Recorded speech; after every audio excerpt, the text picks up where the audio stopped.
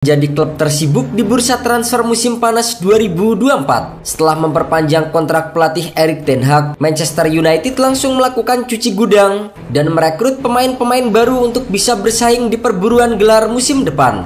Pemain pertama yang merapat ke Old Trafford adalah striker asal Belanda yang dibeli dari Bologna, Joshua Zirkzee. Hadirnya Joshua Zirkzee diharapkan dapat menambal lubang besar di lini serang Manchester United musim depan. Di musim lalu, lini depan memang menjadi masalah yang serius bagi Setan Merah. Cedera yang dialami oleh Anthony Martial hingga penurunan performa dari Marcus Rashford membuat pasukan Erik ten Hag seret gol. Namun kini hadirnya Joshua Zirkzee diharapkan dapat menambah daya gedor Setan Merah lebih menyala. Apalagi Zirkzee berhasil mencetak 12 gol bersama dengan Bologna di seluruh kompetisi musim lalu. Diharapkan ketajamannya tersebut bakal menular saat berseragam Manchester United musim depan. Selain Zirkzee, Manchester United juga baru saja meresmikan pemain anyar kedua mereka yaitu Leny Yoro. Manchester United merekrut bek muda asal Prancis itu dari Lille. Manchester United kabarnya mendatangkan Yoro dengan nilai transfer 62 juta euro plus bonus 8 juta euro. Yoro menandatangani kontrak berdurasi 5 tahun dengan opsi tambahan 1 tahun. Yoro yang kini berusia 18 tahun sudah mencatatkan total 60 kali penampilan bersama dengan Lille. Ia sempat dikabarkan juga menjadi incaran dari Real Madrid dan Paris Saint-Germain sebelum akhirnya merapat ke Old Trafford. Kedatangannya akan memperkuat lini pertahanan Setan Merah yang musim lalu dilanda badai cedera. Ia bisa dipasangkan dengan Lisandro Martinez ataupun Harry Maguire. Tak berhenti di situ, Manchester United sekali lagi hampir merampungkan perekrutan ketiga mereka musim ini, yaitu gelandang milik PSG Manuel Ugarte. Pakar transfer Fabrizio Romano melaporkan bahwa persyaratan kontrak telah dibahas antara sang pemain dengan pihak klub. Ugarte sendiri dilaporkan juga tertarik untuk pindah ke Old Trafford. Namun, kesepakatan belum dilakukan karena belum adanya kesepakatan antara Manchester United dan PSG. Namun, hingga saat ini negosiasi masih terus berlangsung. Ugarte baru menandatangani kontrak dengan PSG dari Sporting pada musim panas lalu dalam kesepakatan senilai 51 juta pound sterling. Ia tampil dalam 37 kali di semua kompetisi untuk raksasa Prancis itu musim lalu. Meskipun biaya tersebut baru dikeluarkan 12 bulan lalu ketika pemain Uruguay itu menandatangani kontrak 5 tahun, PSG mungkin bersedia menjualnya musim panas ini hanya dengan harga sebesar 45 juta euro. Sementara itu bagi Manchester United, bahkan jika mereka mendapatkan Ugarte, itu mungkin bukan akhir dari bisnis di Old Trafford musim panas ini karena mereka masih melacak bek tengah lainnya. Matthijs de Ligt dari Bayern Munchen dan Gerard Braithwaite dari Everton adalah nama-nama yang masuk ke dalam radar. Namun, Manchester United juga harus mengimbangi pembelian dengan menjual sejumlah pemain ke klub lain. Sejauh ini, Mason Greenwood sudah resmi meninggalkan klub ke Marseille pada hari Kamis. Sementara Donny van de Beek, Willy Cambuala, dan Alvaro Fernandes semuanya juga telah dijual.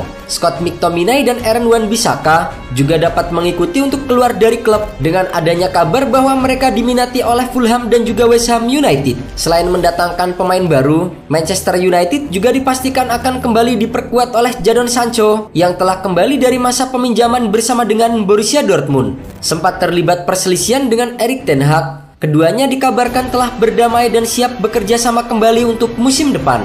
Bahkan, juru racik berkebangsaan Belanda itu mengatakan bahwa Sancho merupakan pemain yang bagus yang diperlukan oleh Manchester United.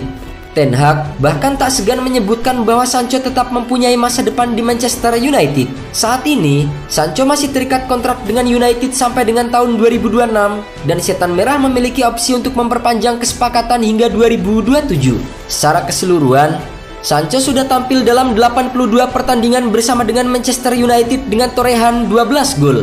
Manchester United akan memulai kampanye Premier League musim 2024-2025 dengan menghadapi Fulham pada 17 Agustus 2024. Dengan angka belanja pemain yang gila-gilaan, Ten Hag pastinya dituntut memberikan trofi penting pada musim ini. Menangani Manchester United sejak 2022, pelatih asal Belanda itu hanya pernah menjuarai Piala Liga Inggris pada 2022-2023 dan Piala FA pada 2023-2024. Jika performa Manchester United masih begitu-begitu saja dan hanya meraih trofi seperti itu pada musim ini, bisa dipastikan Ten Hag bakal dicap gagal. Manchester United sudah menggelontorkan sekitar 1,75 triliun rupiah untuk memenuhi daftar belanja Ten Hag musim ini. Pada musim pertama Ten Hag, Manchester United sudah menghabiskan sekitar 4,2 triliun rupiah. Uang itu dipakai untuk merekrut pemain seperti Anthony, Casemiro, Lisandro Martinez, dan Tyrell Malacia. Musim lalu, angka belanja Manchester United mencapai 3,5 triliun rupiah. Saat itu, mereka mendatangkan Rasmus Højlund, Mason Mount, dan Andre Onana. Jika ditotal, budget belanja Erik ten Hag selama 3 musim sudah mencapai hampir 10 triliun rupiah. Dengan angka belanja sedemikian besar, sudah waktunya Ten Hag memberikan trofi yang lebih bergengsi. Pada musim ini, selain Liga Inggris, Manchester United juga punya peluang meraih trofi di Liga Eropa, Piala FA, Piala Liga Inggris, dan juga Community Shield.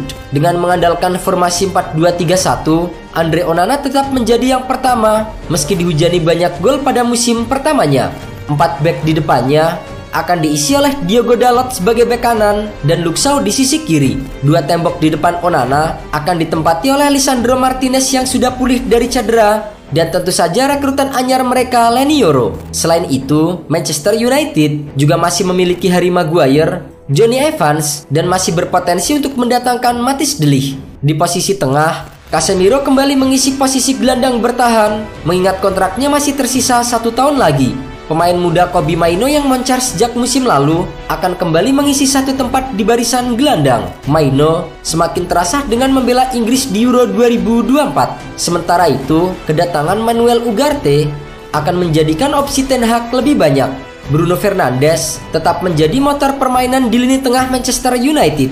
Sang kapten sulit tergantikan karena sering mengambil bola mati dan memiliki visi bermain sebagai playmaker. Setelah masuknya Joshua Zirkzee dari Bologna, pemain asal Belanda itu bisa menjadi opsi ujung tombak dengan postur tinggi dan tubuh yang kuat. Dengan masuknya Zirkzee, Rasmus Højlund bisa disampingkan ke bangku cadangan terlebih dahulu.